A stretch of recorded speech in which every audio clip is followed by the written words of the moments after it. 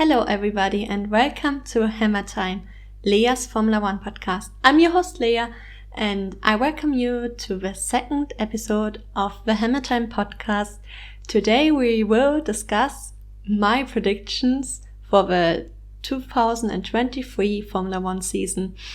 And let's just get started. I do this actually every year to just, predict the outcomes of a season. Often I'm actually quite off, but let's see how it goes this year. To be honest, last year was so hard to predict, so my predictions were quite wrong, but let's see how it goes this year. So I watched the tests. It's Friday. I haven't seen anything of practice sessions yet, but tomorrow's the first qualifying of the season, and on Sunday it's the first race, so it's the beginning of March, and I watched all the testing sessions, and what I saw from testing, I think actually that Williams is gonna be in last place. So Alex Albon also said he's not that crazy pleased with the car. I think they hoped to have a bigger improvement than they actually have right now. So I feel so sorry because Williams, they are a team which have such a great history, but they're always in the back. So, but also this season in 2023, I see them at the back of the field, the back markers, but I think actually that Alex Albon is going to be a little bit stronger than Logan Sargent because it's Sargent's first season. He's a rookie, so hey, we also have to give him some time to adjust to the car. So I see definitely Albon in an advantage there, and I think he's going to be better than Logan Sargent. Moving on to 9th place in the constructors standing, I think we will see AlphaTauri there. They didn't seem that quick actually.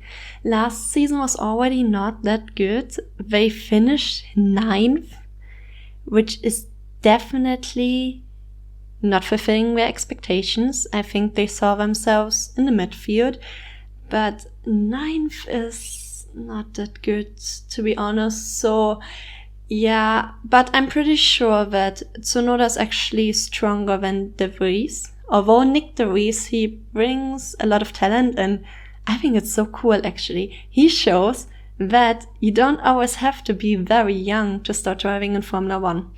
Okay, in Formula One we speak about young, kind of my age or even younger than I am, but Nick De Vries is actually 28 years old, and this is actually quite old for a Formula One driver. So props to him. Well done that he finally gets to drive a Formula One season. Really well done. But to be honest, I think Tsunoda's gonna be stronger than Nick De Vries because Yuki Tsunoda definitely has the advantage. He knows the car. Also from the past seasons, it's his 3rd season now in Formula One. So I'm pretty sure he will do better, but I don't think we should underestimate Nick De Vries because there is some talent in this young man. Okay, moving on to 8th place in the constructor standings. I see Haas there. They have a new sponsor, so this is gonna help them a lot. Also, that they're gonna be able to spend more money and also develop the car better. But I don't know if you saw it, but actually at the pit wall, they try to save as much money as possible. So the pit wall is way smaller than all the other pit walls of the other Formula One teams. So if I'm correct, if I'm not mistaken, they actually just have 3 seats on the pit wall, while the other teams have 6 to 8. But yeah, that's another way how to save money. They said they save thousands of dollars, which they can then invest into improving the cars. So good idea of them. Let's see if it pays off. But they have a quite strong driver pairing, in my opinion, compared to the last years. You're gonna have Nico Hülkenberg and Kevin Magnussen. Nico Hülkenberg is actually the only German Formula One driver right now in Formula One, which is a little bit sad for all the German fans, because they are really focused most of the time on German drivers, and Hülkenberg is in a quite weak team, but I'm still pretty sure that Haas might score some great results this year, definitely in the points, and you don't know, maybe we are gonna have some crazy races like always, and maybe they're even gonna score a podium, you don't know. But actually, to be honest, I have to say that I do believe that Nico Hülkenberg is gonna be stronger than Kevin Magnussen. Why? You're probably asking. Nico Hülkenberg, he is so good at adjusting to the car. And I think this is going to play in his advantage, and this is why he is going to adjust really quick to the car. Nico Hülkenberg is really talented, and even though he doesn't have such a good car, he can still make it work. So this is why I see actually Nico Hülkenberg as the stronger driver compared to Kevin Magnussen.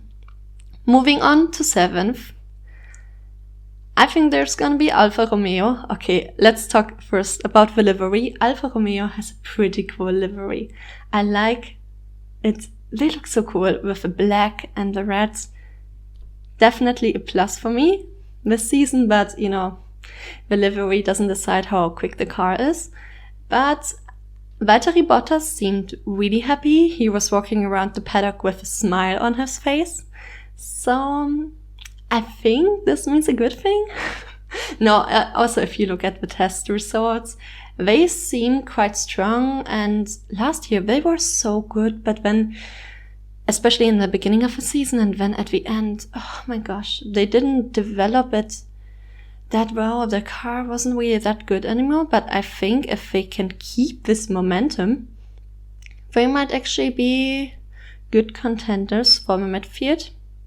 In my opinion, I think that Valtteri Bottas is still way stronger than Guan Yu Zhou. It shows second season in Formula One, if I'm not mistaken. And he's still quite good, but in my opinion, Valtteri Bottas just showed what a great driver he is during his Mercedes years. And he did so well last year in the beginning of the season, and I just really hope that he can keep this momentum and maybe even score some really good points. But Bottas and Zhou is not a bad driver pairing. So now we go a little bit more upwards. We're talking about 6th place. So we had Williams, AlphaTauri, Haas, and Alfa Romeo. These 4 teams, which I see kind of at the end of the field. Then we're talking about my midfield now. And I think the end of this midfield, which I see, is actually McLaren, because they had such big problems during the tests. Again, you know, like they tried to save weight, but this just made the car so unreliable. They had so many problems. And I think it's gonna take some time to figure these problems out. And this is why I think in the beginning of a season, they're not gonna score that many points. But I'm pretty sure they come back stronger. McLaren is still a really good, reliable team. And I think they're gonna work things out. In the driver pairing, I definitely see Lando Norris as the stronger driver than Oscar Piastri. Although, you have to say Oscar Piastri, everybody wanted to have him, and like during last season, it was crazy what was going on the drivers market. So everybody was fighting about this young talent of Oscar Piastri, and in the end, McLaren won. And I'm pretty interested if he can prove himself and show how talented he is. But of course, it also depends always on the car. The driver can just do that much, but the car also has to work for the driver. So let's see, but definitely I don't know if all of you know Oscar Piastri, but he has been very successful. He won every single series and then moved one up and won it and won it. Then last year he took a break from racing and he was a test driver. And now at Alpha Tauri, at Alpine. At Alpine. And now he actually drives for McLaren. Then, in front of McLaren is gonna be Alpine, in my opinion. They definitely look better than McLaren. I'm pretty sure they sandbagged until now. They didn't show their full potential, but they seem very self-confident. They have a very strong driver pairing in Ocon and Gasly. And although the two of them don't really like each other, and some people are already concerned about it, let's see if this all explode and if they are really gonna, start a huge fight. It's not good for the team. You have to have some harmony in the team. So let's see if they get along and how well they're gonna get along. But definitely, in my opinion, a really even driver pairing out of two talented drivers. And it was really hard for me to actually decide who's gonna be the stronger driver. But I decided that Ocon, in my opinion, is the stronger driver because he has the knowledge. He already knows the car, he has some experience, and for Gasly, he might need some time to adjust, but I think he's actually going to be really quick because it's Pierre Gasly and he can adjust quite quick. Okay, moving on.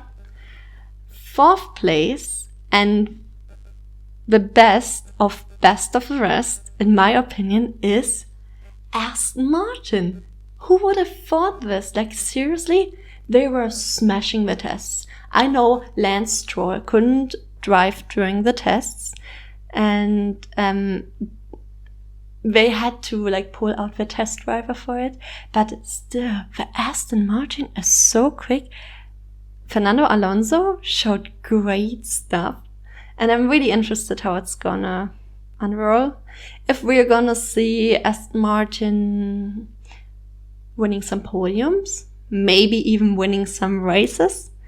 They look insanely quick and I can't wait how it pans out. Some people and some experts are actually talking about they're expecting Aston Martin ahead of Mercedes.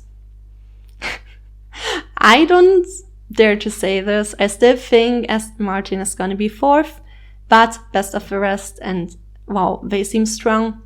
And for me, it's just an of course thing. Of course, Fernando Alonso is going to be way better than Lance Stroll because, as we know, Lance Stroll's father aboard the team, and this is why Lance Stroll is driving Formula 1. Of course, he's not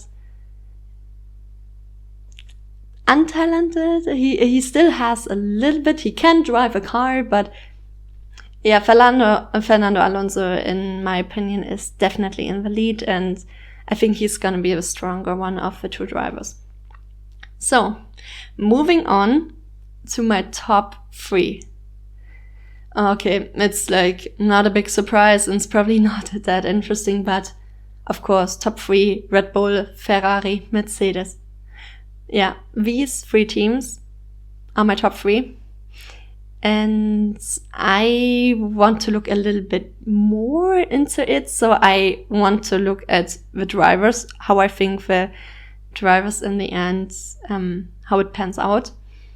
And I see out of these 3 teams with the 6 drivers, I see actually Carlos Sainz as number 6 in the driver standings, as the weakest of all drivers. I like him. I like Carlos Sainz. I like how analytical his mind is.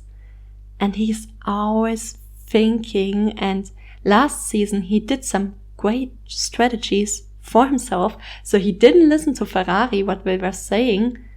And he just did his own strategy. And it actually worked out for him. So he is a really clever mind. but I can so relate with him because I'm a crazy overthinker, and I think he just overthinks stuff sometimes a little bit too much, and this is still standing in his way, but nevertheless still like a really great driver, but in my opinion the weakest of all 6 drivers. In 5th place I put George Russell. He still has a lot to learn, but oh wow, he has proven himself last season. He was so great. But to be honest, okay, I can't be.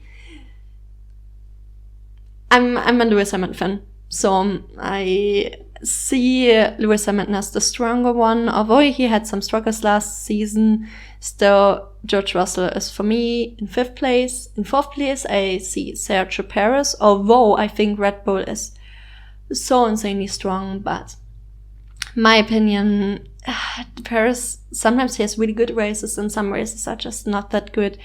So I see him actually just in 4th place, although he has a great car, but yeah, but please, Perez, like, convince me that I'm wrong. Please convince me that I'm wrong and prove me wrong, because you are so good. Charles Leclerc is in 3rd, like, he is the stronger one, in my opinion, of the 2 Ferrari drivers, and he is gonna score some points. I'm pretty sure he might win some races, I'm just saying it now, and I hope I'm right with that. And yeah, great driver. 2nd, okay, I would like to put him 1st, but I'm realistic and Lewis Hamilton is gonna be 2nd. I think it's gonna be really, really hard for him and he has to do his A game, but I'm pretty sure that if he has the focus and if the car is actually driving better than last year, he can do it and he can finish 2nd in the championship. But I see Max Verstappen as a winner. To be honest, I think Max Verstappen is gonna become the world champion because he is just so good and the car is just unbeatable. So also in the constructors standings, I have actually Ferrari as 3rd because I don't know how reliable their strategy is and they made so many mistakes last season. So I think Mercedes is going to be stronger. They're going to start the season off weak, but I'm pretty sure they're going to put up their A game and come in strong 2nd half of the season and finish 2nd in the constructors standings, and Red Bull is going to win. Really hard to say for me as a Lewis Hamilton fan, but yeah, Red Bull is just like on top of their game. It's just great what they're doing. They figured out the right concept for the car and yeah, just respect to them. But please, I hope they all prove me wrong. I hope we are gonna have an interesting season with a lot of interesting races, different race winners, and I'm so ready for the new season. Thanks for tuning in. Don't forget to like, subscribe. I'm on YouTube. My podcast is also on Spotify and Apple Podcasts. So thank you for tuning in and see you next time. Bye.